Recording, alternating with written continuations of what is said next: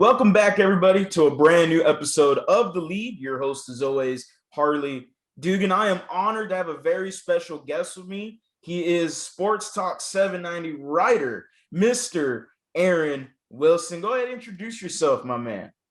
Hey, Harley, thanks for having me. Yeah, I'm Aaron Wilson. I'm a reporter. I cover the Texans and the NFL.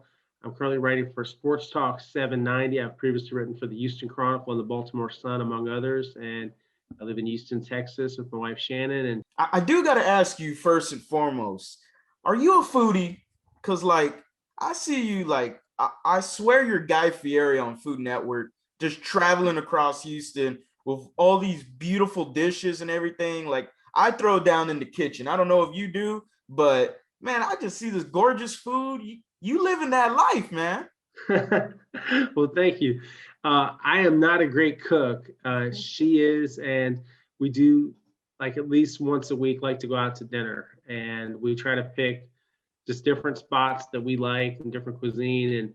And the phone eats first, as they say, and you take a picture. And yeah, I do like to share kind of our love of food with people, and it's something that we have in common. And uh, Shannon and we enjoy going to the restaurant. So the last one we went to was Helen's Greek in Rice Village, and we had a good time there. But yeah, we've been to probably most of the ones. There's a few we will make lists for and we haven't been to yet. So we hope to get to some more. But yeah, we've been to Musafir, we've been to the Annie Cafe, we've been to quite a few. We still haven't been to the new 1/5, which is a Chris Shepherd restaurant in Montrose. So we're hoping to check that out. We've been to he changes the menu and the theme every few years. So we went to his Mediterranean theme, and then we, still want to get to his Cajun theme. But yeah, everything he cooks is great. So we look forward to checking it out at some point. But yeah, it's fun. I try to eat as healthy as I can. I don't always succeed, but try to make some good food choices, and you got to pay for it at the gym if you have a big dinner like that. Yeah, I see you, man. You're pretty tight in those suits, my man. You kind of fitting it out a little bit, stretching it out. I see you a lot of times. My goodness, man, you got bigger suits, or we're just gonna stick with the guns on safety, or what's going on there? I'm gonna try to even get in better shape, and I think I overdid a little bit this past year with the pandemic. I think a lot of us put on a few pounds, Yeah. but I kept lifting weights, so I sort of bulked up a little bit. And yeah, my goal is to lean up more over the summer, and it makes it a little bit easier when you're out there at training camp watching practice. It's pretty hot out there, and yeah, your fitness is important. And yeah, I think it's key for anybody, whatever profession they're in. Yeah, just try to do your best with that. But like for everyone, it's a fight. Yeah. Your fitness is like a daily struggle. So yeah, I always think about that, and it's just a series of good choices. And how much time do you have to exercise? How do you manage your time? And yeah, I'm not the poster child for how to do it. I just do the best I can. But yeah, I do enjoy getting to the gym and working out, and trying to be in the best shape I can. For sure, ain't nothing wrong with that. You were talking about profession, and I do want to segue into this question: is how difficult is your profession? And before you answer, the reason I asked that is because there's a lot of armchair quarterbacks, where they say, "Well, I could do what Aaron Wilson does," or I know what John McClain does. I can do that," or Jerome Solomon or Aaron Reese. Like, glorify your profession for me, please. It can be a lot of fun. It's something that is also a lot of hard work and dedication. And I would say that a big thing for everyone to understand is your time is not always your own. What I mean by that is, I don't know when a deal might percolate. Let's say if I'm covering a contract negotiation, I'm Yeah. not involved in the negotiation. I'm just monitoring it. So it's kind of like I'm doing a play by play of a business deal. And Hmm. if you kind of follow the money aspect to sports, which I tend to do, like, where do teams devote their salary cap? How do they pay a player? When is the payment scheduled? How much? What's the impact on the salary cap? I think a lot about those things. And I think it's a level of detail that I'm able to have, a lot of resources and information about. So I tend to concentrate on that. But yeah, your time is not your own. So you don't know when that might finish. So I can tell you of days where I might have known something was going on. For example, like Laramie Tunsil was working on a restructured contract. So me breaking that story started with having the relationship with all the principals involved, then having those key details, pre-writing the story, and then being ready once it was done. And so what did that mean? Well, I didn't leave my computer for several hours. I was ready, locked and loaded to publish the story. And that's ideal circumstances. Wow. What's less than ideal? Someone, another reporter, perhaps a national reporter, perhaps someone else, they hear about something, then you're in scramble mode. You don't have the story, you're texting, you're trying to catch up. That's not very fun. That will, get your adrenaline going, and that type of thing. And you won't win them all. That's something that I've had to accept. You're not going to get every story, but it's also not the end of the world if you don't. What if you still write a good story about a topic that you maybe weren't the first to write about that, but you did a good job with it? Well, that has value still. So whoever you're writing for, what they deserve is a well-written, accurate story. And yeah, but it is a tough job, and there are a lot of good competitors out there. You were mentioning some gentlemen, yeah, those ladies that do this as well. There are a lot of good reporters out there, and yeah, I give them all my respect and admiration. And at the same time, we're all competitive. We're all just doing our best. But I think there is some collegiality. It's not like if another reporter has a story, it's not like you're mad at them or something like that. They're just doing their job, or whoever didn't give you the information. You have to be professional about anything you're doing. And I would just say for anyone that's pursuing journalism, just make sure you really want this, and don't be so caught up in was it the NFL. Mhm. I can tell you, I've covered high school sports, I've covered little league, I did all of that stuff, and you have to take that just as seriously and do that just as well, or you'll never get the opportunity. But Mhm.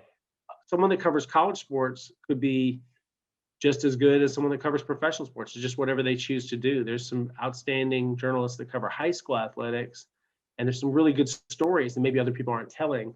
In the NFL, obviously, there's a lot of hack journalism, meaning that a lot of people are chasing the same story. Yeah. So, how do you do it better? Well, whatever skills you bring to the table as far as writing or analysis or understanding of the topic, you could do it better. But yeah, I would say that you have to just be very diligent about it. But it's not just about information, it's about, well, how do you present that information? What kind of research did you do? And are you entertaining at all? Can you tell me a story without boring me? Mhm. So it's those are all elements of being a journalist and being a writer. But yeah, and I won't you know overhype this. Do I think I'm like Ernest Hemingway or something like that? No, I'm not a book writer. I'm a person that writes on a daily basis, weekly basis, that kind of thing. But no, I've never really had that kind of project where I went on to do something and was trying to write something literary. But yeah, I have so much respect for those people, and that's advice I have for a lot of people that want to be writers, is to read a lot, and don't just read about sports. If you want to be a sports writer, read about you know anything, politics, arts, entertainment, and you'll Mhm. see different writing styles, and eventually that may help someone else's writing style. But yeah, everybody eventually you got to find your own voice. And I'm kind of on a journalism soapbox here, but yeah, I would say you just have to be yourself, and in anything you do. Before I start the little Texans Q&A, I do want to rewind the Texans offseason kind of to where it's kind of started back at the beginning of pretty much what's been the craziest offseason in Texans history. I thought we couldn't top the DeAndre Hopkins trade in the offseason, and this one just went way above that, light years past that. And so I beg the question, what was your initial thoughts when the Texans hired Nick Casario? Right. Yeah, I wasn't surprised that they hired Nick, and I felt like that's someone that the owner has been wanting to have here as general Mhm. manager for a while. And so that didn't surprise me. And also the relationship he has with Jack Easterby, and just how good Nick is. And though he has 6 Super Bowl rings for a reason, he's a very accomplished architect of rosters, and things he's learned from Bill Belichick, I think will be instrumental to what they're doing here. But no, I wasn't surprised when they hired him. I would say, I was a little surprised by the reaction because I thought it should have been more of a, well, that's a good thing. That's an accomplishment. This is a good hire. They finally have someone that's really qualified in the personnel realm and negotiating realm. And so as I did my research and looked more and more into Nick, and I started getting texts from general managers, including the Ravens general manager, DeCosta, and people were really impressed with him. And I talked to a lot of people that know him, people that have scouted with him, people that work with him in New England, and now are working with other clubs. And University, I heard, was hard worker, really smart scout, good at contract negotiation. I talked to agents. I did a lot of research for a large story on Nick that ran in the Houston Chronicle, and yeah, I was happy with the end result. And I threw it together in a couple of days, but I think it went well. And what I found a picture of is someone that's always been really driven and loves the game, going back to his days as a record-setting quarterback at John Carroll to where he is now as an executive that's pretty accomplished. So nothing really surprised me, not the aggressive style he has toward negotiating, how quickly he does things. My understanding is when he does do things, like he'll even sometimes be exercising while he's, doing a negotiation, like on a Versa climber, he's got his Bluetooth in and he's working. He's always working, always thinking. So yeah, a guy like that, yeah, you don't bet against him because he's a hard worker. For sure, for sure. And you mentioned Jack Easterby. I don't want to include him in the question, but there was too many fans that still, for some reason, are so ensconced with Jack Easterby. So I gotta ask, why do you think Texan fans are just so enamored with this guy? You mean not enamored, right? Well, not Like, enamored. Yes, right. exactly. Okay. Actually, Right. Why the negative reaction? yeah. I couldn't speak for those fans. I can only theorize that Mhm. the Oh, negative publicity that he's faced last year, that impacted his image and affected his reputation uh, from the outsiders. But for people that know him, they have a much different picture of him as a good person and a hard worker and a smart guy that's capable of doing many things for an organization. Is not, I think this that he was typecast in many ways because there was just not lack of information about that he's not just a character coach, that he does more than that, that he's a that's why he was the general manager last season. And if you noticed last year at the trade deadline, well, the Green Bay Packers, just an example, they mhm. wanted give a fifth round pick, and they wanted the Texans to pay half the salary for Will Fuller to be traded to them. Obviously, you would have the fifth round pick, and you lost Will in free agency anyway. But I think it would have been a bad trade. It wouldn't have been matched up value wise. A second round pick is something they would have considered. Mhm. At that time, remember, Deshaun Watson wasn't disgruntled. Maybe they could have had a chance at bringing Will back. Maybe they could have made some things work. So you can't predict the future. So if you think about it in that prism, at that time, did he make a good decision in concert with Matt Bazergen and other executives? I would say so. Yeah. I mean, they weren't a very good team. They're 4-12 for a reason. Yeah. But I didn't see him like screwing up or anything like that. I mean, the practice squad moves, the promotions, the things they were doing throughout the second half of the season for someone that never been a general manager before, it seemed fine to me. But yeah, again, I have the benefit of talking to a lot of people, and yeah, for the fans, I mean, they can have any opinion they want of anything, But yeah, I don't know. I think he's a low key person. I don't think he's looking for any spotlight. But I would say this. I would say he's very misunderstood, Yeah. and he does do a good job. And if you were to ask, and I think people have asked Nick Casario about him, he's praised him. And yeah, Nick doesn't do that, faintly. He does it because that's what he believes. And so, yeah, I would say perception isn't always reality. Yeah, for sure. And That is true. that's how I would put it. But yeah, any person can be misunderstood. Mhm. And I would say in any walk of life can be Yeah. misunderstood. And it's unless you walk in their shoes, I would just remind anybody you don't really know everyone. You don't know everyone's personal life. You don't know their strengths, weaknesses, and that could be in any field.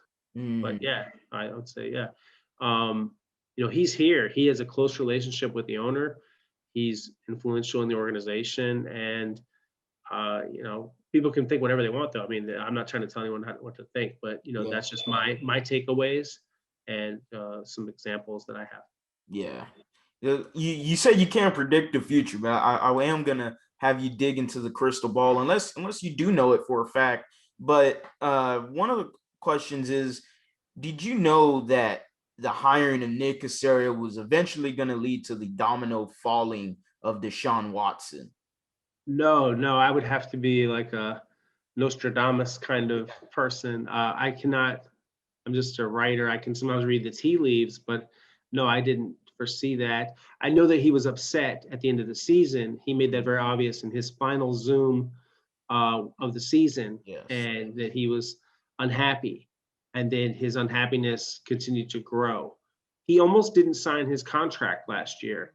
So he was someone that, I would say he hasn't really been all in for a while since the DeAndre Hopkins trade. So that really fractured or started a fissure in the relationship with Deshaun and the organization. But yeah, I didn't know, how it would go. And the communication and what level of input he wanted. That's never been specifically, learning on one thing that was mentioned to me, and we've reported this before, just learning on social media of the hire. Mm-hmm. But yeah, and I think there may have been, I've heard something about misunderstandings about whether he would have more input into coaching process rather than general manager. They did make a point of contacting him about Cully and letting them know that that was the direction they were going. But the communication has been very limited. And now, of course, there are more important things happening, more serious things than a trade request and a relationship and all those things that dominated the headlines early in the offseason because he's facing, Yeah. 22 civil lawsuits alleging sexual misconduct. So that's a pending legal matter, and the league is investigating, the HPD is investigating, and the lawyers are jousting back and forth, and there's been no settlement. So, we'll see what happens. And, I could speak to whether that will mean an eventual trade, what Mm. punishment, if any, from the league, what type of financial stuff. I mean, these are all unresolved issues, and they're going to play out. But eventually, the page will turn, and my prediction is in 2022, at the latest, he'll be on another roster, Mm-hmm. and he'll have some, you know, sense of how is this all going to play in terms of the legal courtroom, the court of public opinion, and what effect, if any, it has with the NFL. Will they choose to punish him? And this is just a really unusual, unprecedented situation. And I'm someone that I broke the Ray Rice story when I was working for the Baltimore Sun, and Mm. that was a story that was obviously very surprising to get a call from a casino security employee and tell me rather that that Ray had assaulted his wife, and then having to, with that anonymous tip, vet it, figure it out, and eventually go to Atlantic City and for everyone to try to find out what happened. And then the fallout from that, which is obviously no watershed moment in personal conduct policy history, domestic violence, all those things. It was a huge story. And I would just say, also, with Deshaun, this is a major moment in NFL history. And so the league and everyone, there's no playbook for how this is dealt with. And I would just say everybody's got to be patient and just let it play out. Yeah, well, I mean, tons of Houston fans kept trying to compare, like, national media as well. They kept trying to compare the situation between James Harden to Deshaun Watson's. Like, just please explain why they're wrong. Unless you agree, we could have a debate about that. But I couldn't disagree. Different situations, I would say. I think in the NBA, players do wield a little more power. Exactly. There's more of a superstar effect. I think in the NFL, did Deshaun have a chance to, have some precedent-setting influence on his future because of the no trade clause, because of his talent, because of his how much the other teams coveted him and still do before the incidents that have been alleged, that he's, been accused of.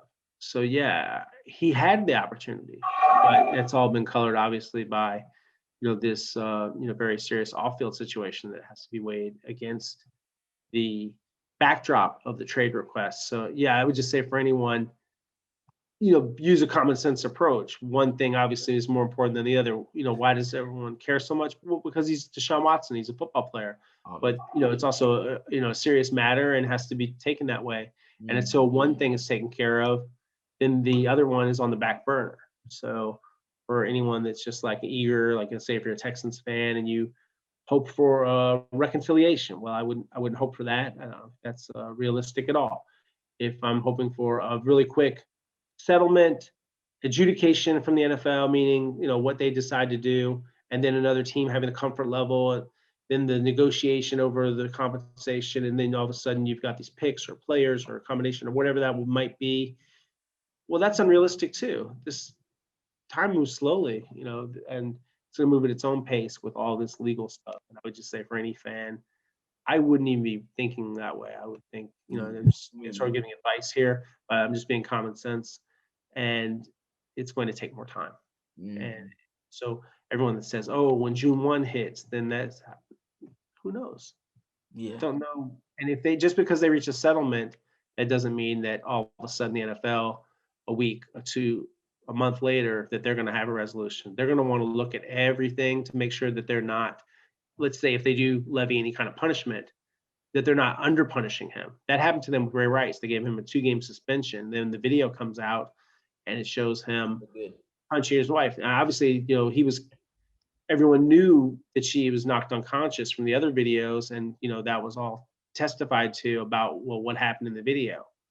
But then the actual video, how jarring that was, then that led to him being indefinitely suspended and then eventually not playing football again. I don't foresee that for Deshaun. I do think he will play again, but I think everyone's got to be patient. And I don't know what 2021 is going to be like for him. It could be a commissioner's exempt where he gets paid and he's not able to play for anyone. It could be there's a suspension, then a trade. It could be many different outcomes. And predicting one or the other, I think it's kind of a folly because you don't know what's going to happen. You mentioned June 1st. In local media has caught on to that date. National media is starting to catch on to that date as well. And it's looming closer and closer. Patrick Storm, who I know pretty well too, he's brought attention to that date. He even got credited on 610 by Landry Locker, even mentioning it. So everyone's looking at June 1st. Do you see anything happening within the first few days of June? Obviously, I don't know. I mean, we're pretty far into May, right? And we don't have a settlement. So because you don't have a settlement, I would just say, I wouldn't think that, that it's automatic because it's June 1st, it happens. Yeah. Is there a mechanism for it to happen? Of course, but it's just not some kind of magical thing like, hey, it's time. If they don't have it, even if they had a settlement, let's say they had a settlement today, do I think the NFL is going to have a decision? Because let's say you're the other teams. That's what I'd say to fans. Pretend that you're, working for, an NFL team and you want Deshaun. And if you want him, you want to know, well, how many games is he available for? And what's the league think about this? Is something else going to come out? What's the deal? So you have to do your due diligence. You have to really dig into it. And that's why I'm not saying that Patrick's wrong. I think he makes a good point. I'm just saying that, we're not that far from June 1st and we don't have a settlement. So when you don't have a settlement, this thing could drag on. Could drag on for months. There's no guarantee of when it'll happen. They'll start discovery, but that doesn't mean that they're all of a sudden going to be in court and anything's going to get done. And that's the thing. That's the issue. And that's why I would just say for anybody, June 1 doesn't have to mean anything. It could be the same situation they're in almost right now. Now we could talk more about that and all this stuff. Let's focus on what we got right now with the Houston Texans. And currently, a lot of national media and local media has been dissing the Houston Texans, and it's frowned upon a little bit by fans. A lot of fans are saying, "Hey, they shouldn't be dissing the Texans. H-Town, pride," and I understand it. Look, has his team improved at all from last year to this year? Oh, maybe in some areas. I think the offensive line might be a little bit better. Mm, I see some upgrades there. If Justin Britt is healthy, if you know, let's say, if Max Sharping improves after, a pretty disappointing second season, I think that they have a chance at right guard to have some good competition there with McCray, with Marcus Cannon. And I think, Lane you look Taylor. at Layden Taylor once he comes back from his ACL, and I think he's on track for August.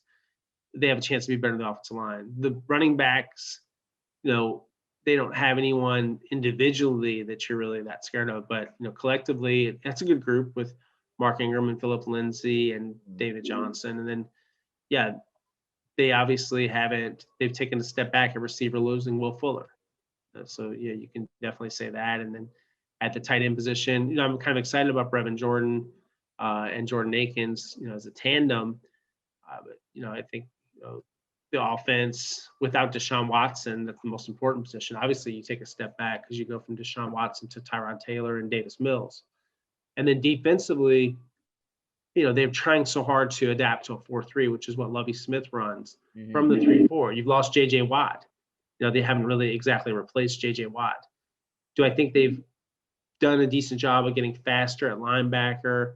Sure. Yeah, I think there's some speed. I think special teams has gotten much better with Andre Roberts, his addition as a kick returner. So yeah, they made a few good moves. I like the depth at a lot of positions, especially linebacker.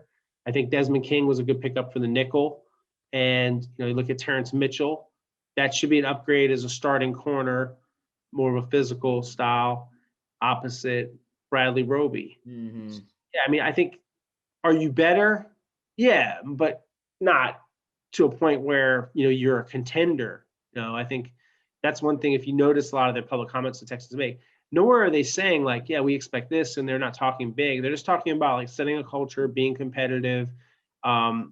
There's nothing to be beating their chest about. They just have to work hard and try to become a better team. But they're trying to set something, and you can see with all the 1 year and 2 year deals, they're trying to become more competitive overall.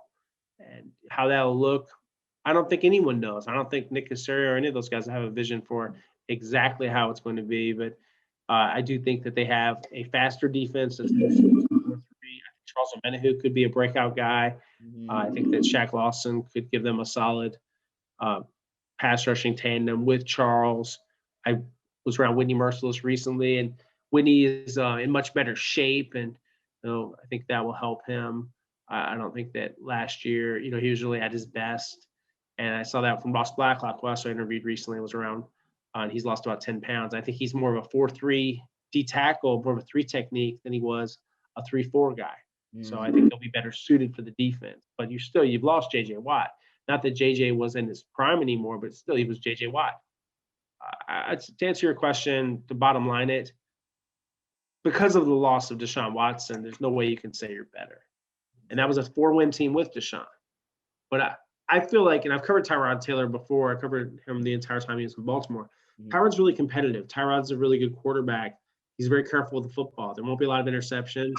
If they can run the ball, and if they can, make some big plays with Brandon Cooks, he can get the ball there, then I think they have a chance. At some point, do we see Davis Mills? I think everybody wants to see what Davis can do, but he's got to be ready. And, Tyrod, he's been a caretaker, bridge quarterback for a couple of other rookies in the past. Last year, Justin Herbert, and before that with Baker Mayfield. So we're going to see what happens with him. But yeah, to me, you can win games with him. It's just a matter of this year is about kind of setting a baseline for trying to learn how to win again, and for David Culley and his staff kind of instilling their systems and just seeing where you can go. But I would just say for anybody that I wouldn't necessarily be thinking like playoffs or that the team has to stink. It's just how you define success. What kind of wins is that? I don't know. I think if they were 500, I think that'd be an accomplishment. I think that'd be a step up after winning only 4 games last year. If they're close to 500, so there's no 500 anymore. But with the 17 game schedule, you're either winning record or a losing record. But yeah, in my opinion, I think they have a chance to do something. And I'm not writing them off. I don't write anybody off. You got to see how the games look. That's why you play the games. You can't play it the games on anything, but on the field, you can't play it on paper. Mm-hmm. You covered the Baltimore Sun, so I do have to ask you, what are your initial thoughts? What was the feeling behind the hiring of David Culley? Well, I heard good things about David from John Harbaugh, Mm. from Eric DeCosta, from some other position coaches like Matt Weiss, who's now at the University of Michigan. So, I did some digging on him, and I talked to even people that he'd worked with at Texas A&M, like Gary Kubiak and R.C. Slocum. And universally, what I heard was it's a good quote from RC. He said that David was like the vitamins of their building. He's that enthusiastic, and people really wanted to be around him. And he's a good teacher, and he was good at recruiting. And he helped Gary, who was a good football coach, who's now retired, but he helped Gary a lot learn how to be a coach, because he is just coming from being a Denver Broncos backup quarterback to becoming a running backs coach for the Aggies. And yeah, everyone I've talked to, and there are a lot of people I have a lot of respect for, like John Harbaugh, they were telling me throughout the process, hey, there's something about David Culley. And the Texans have talked about it, and Cal McNair and Nick Casario, and a lot of people have a lot of good things to say about him. So we're going to see. But, so far, I haven't heard anything but good stuff about him. So, yeah, I had heard, he's going to do a good job, and he's gonna be a solid person, solid football man. So we'll see what happens. Yeah. Now David Shaw was on Sports Radio 610 just a few weeks ago. He basically implied that Pat Hamilton is the OC. And then just by saying like the constant showing up and working with Davis Mills and him trying to fit the system, do you think Pat Hamilton is like the offensive coordinator in disguise, or is it too far-fetched what I'm saying?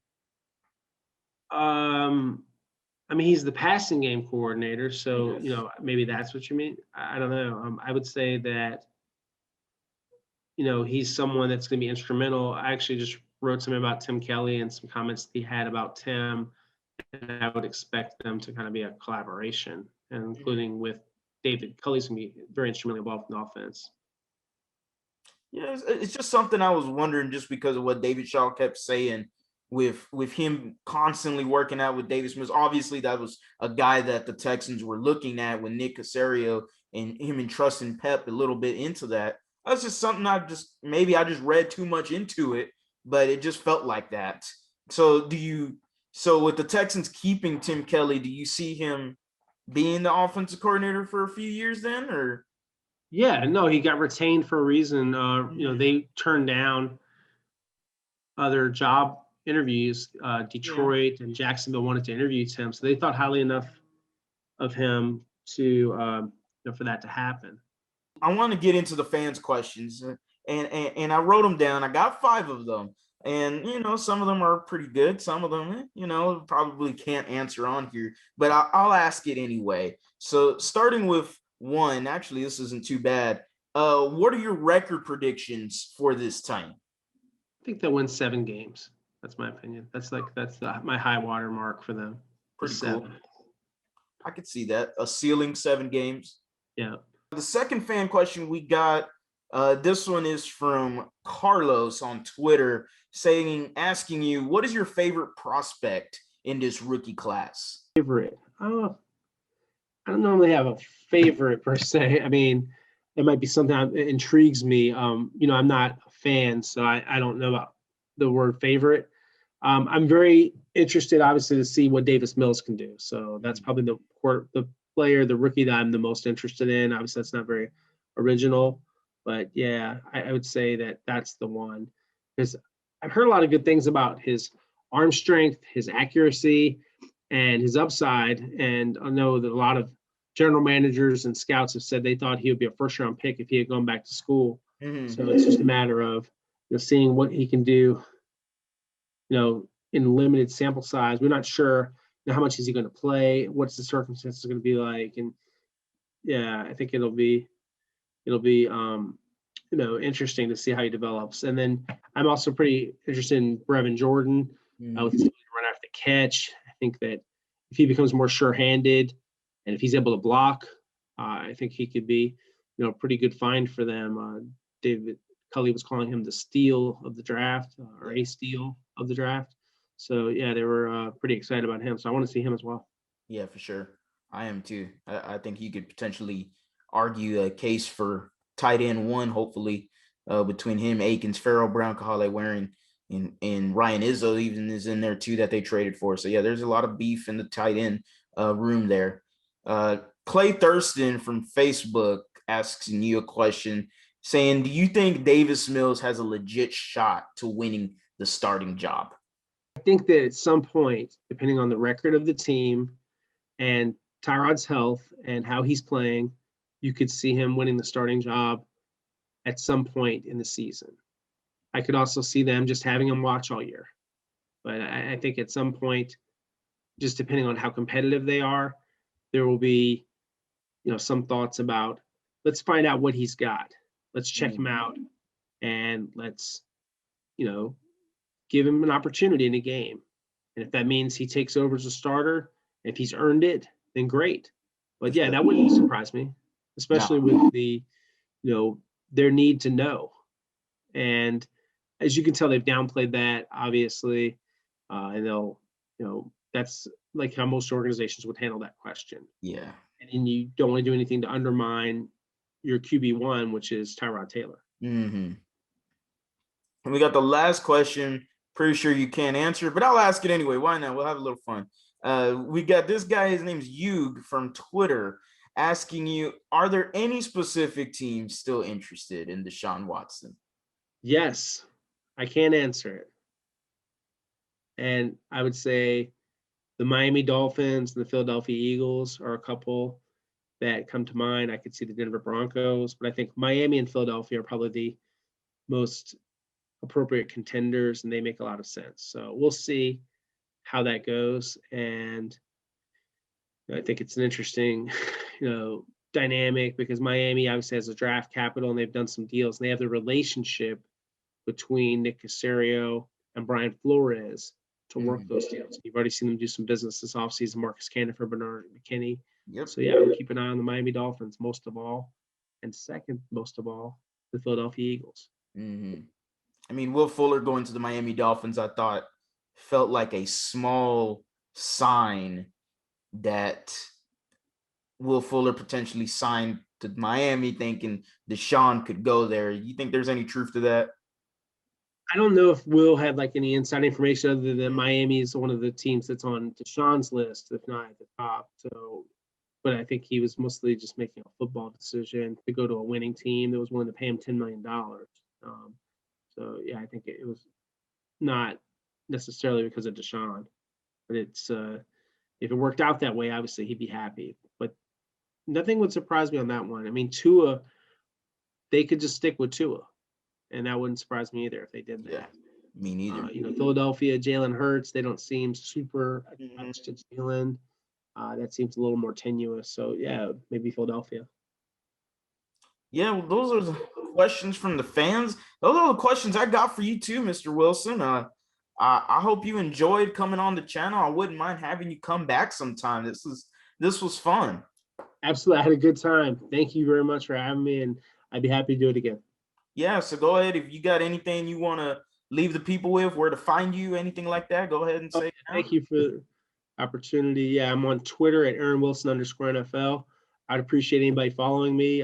Twitter followers are important, and I love to keep them updated. So far, I've got 64,000 of them, and I'd love to make it 100,000. So yeah, please join me on Twitter, and I can promise you a lot of news and transactions and information like that. And then on Instagram, I'm at AaronWilson7128. Like you mentioned, there might be a few pictures of food and of my wife, but there occasionally will be some football stuff too. And I do tend to post on there about football, but it's a little bit kind of not like my Facebook page, but I will put a few personal things on there that I don't mind sharing and I'm proud of. So yeah, please give me a follow, and yeah, please read me at Sports Talk 790. They have a nice website, and started writing for them recently, and I published a fair amount of stories so far, and we'll continue to be writing for them for the, going forward at this moment. So yeah, I am excited and I appreciate them. 790, shout out to those guys. Yeah, 790, good people. Yeah, for sure. 790 does a solid job. Make sure to keep the post notifications on for the Twitter noties on for Aaron Wilson. I know I got him on. There should be a lot of fans that got him on too. We respect your work. Also, actually, one question from a fan. It's me. Yeah. And it's the rest of the Texan fans. We missed the training camp videos, buddy. We missed We're them. not at training camp right now. Hopefully we'll get to know. go to training camp, and we'll see how that goes. And Yeah, a lot of. I would love to get to go, and hopefully that's something that we can do this year. We're still waiting for some guidelines from the NFL on how that's going to go. But yeah, hopefully we're back in there. And I was including part of last season. I was posting some videos and things. I don't know how much news there really was to it, but I know fans just like to see photos and videos of their players that they like, and happy to be the conduit and share those with them. Yeah, there has been an outcry for rookie training camp videos and anything they can get their hands on. Yeah, that was close to. Yeah, there are some good photos that were taken by the Texans. That are available, and I recommend anyone who wants to see those photographs just to see what those guys look like in the uniform. That they had the photographs of them. I think they took like 100 photos. There's a gallery of them if someone wants to go through and watch them. But you're not gonna learn a lot from that. And there was barely anyone at the rookie mini camp. Just a few players. The 5 picks, the 3 undrafted free agents, some first-year guys, 5 tryouts, and they've signed one of them. Shaheem Carter is a DB from Alabama, and they didn't immediately sign Clinton Dix. So right now he's still a free agent. Yeah. All right. Well, as always, go Astros, go Rockets, go Texans, go Aaron Wilson. Y'all have a blessed day.